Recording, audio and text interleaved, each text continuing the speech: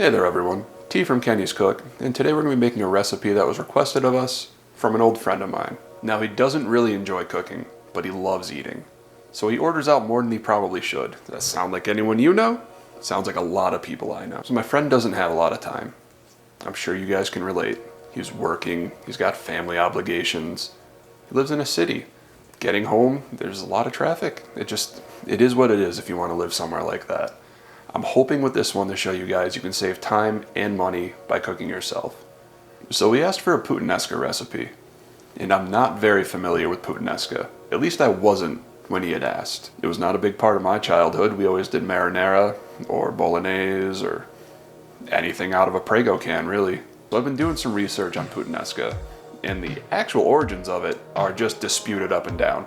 The only thing that we know for certain is that it's from Naples. And a prostitute was involved. That's all we know. So there are claims that this was fed to the Johns that went to the prostitute to give them energy. People say that the Johns gave it to the prostitute to give them energy.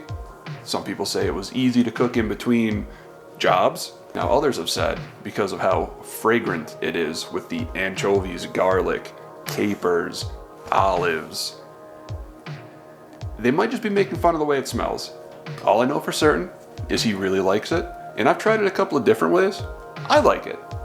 I hope you like it too. So we're gonna do just a really quick ingredient rundown. I'm gonna start with some olive oil. There are anchovies. You can omit these.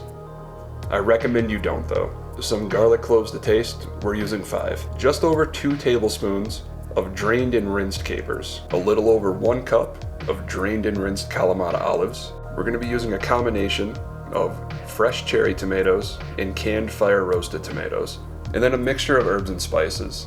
Go really easy on the salt if you're still using anchovies. And then of course, spaghetti. So I'm gonna let you guys in on a little secret.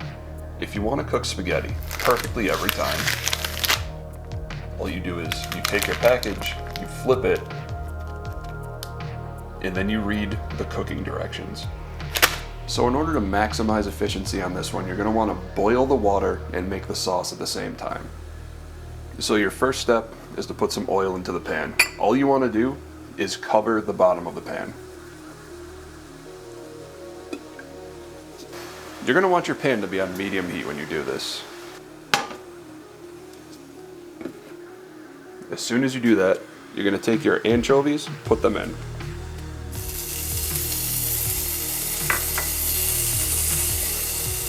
So I touched on it earlier. I wasn't super familiar with Puttanesca.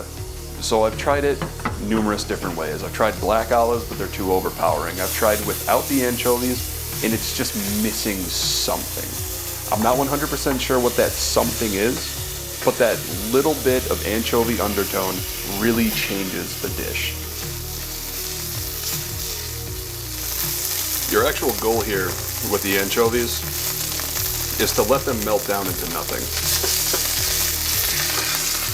So smush them around. You'll see that they start caramelizing, which is fantastic. That's a lot of flavor you're adding in here. Move it off the heat real quick. Got your little garlic press. You're gonna load it. Got this one real cheap at BJ's. These are not expensive. No reason not to have one of these.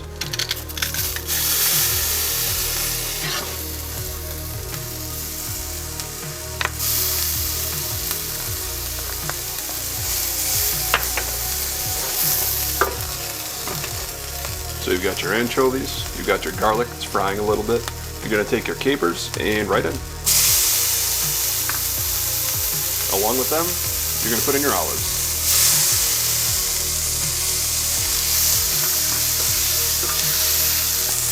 And then, the tomatoes. In order to speed up the process, I'm actually just gonna start poking holes with a knife into some of these tomatoes.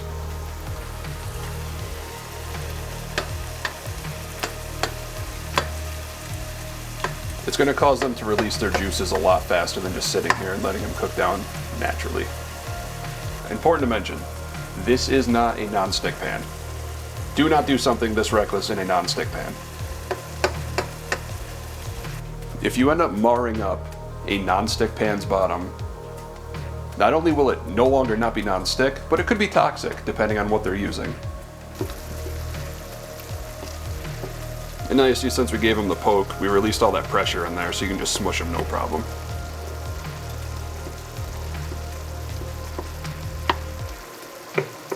I said, mush them no problem. Thank you. Alright, once you've sufficiently smushed all of your tomatoes, you're going to add your seasoning.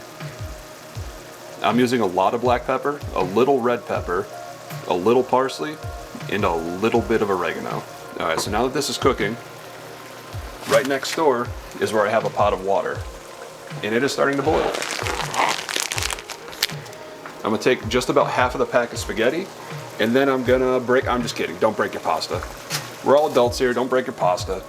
Now all we got to do is we just sit here, let this simmer, let the pasta do its thing for the next 10 minutes, and then it's time to eat. Alright, the pasta is done cooking. We're just going to take it with some of its water and throw it in.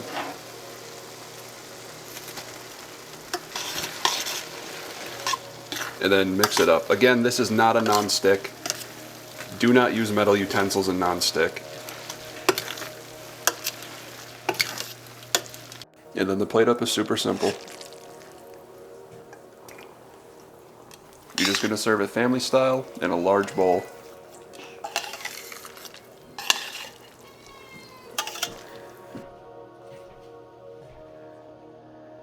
Going to wipe the edge for presentation.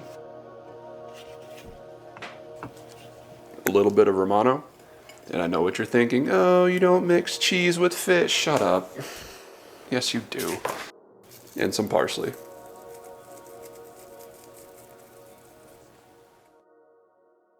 And of course, if you like what we're doing here, hit that subscribe button, like, comment, share this video. If you try this recipe, let us know what you think. Maybe you post a picture and tag us on Instagram, I don't know. We look forward to seeing what you whip up. And from everyone here at Kenny's Cook, be good, y'all. Peace.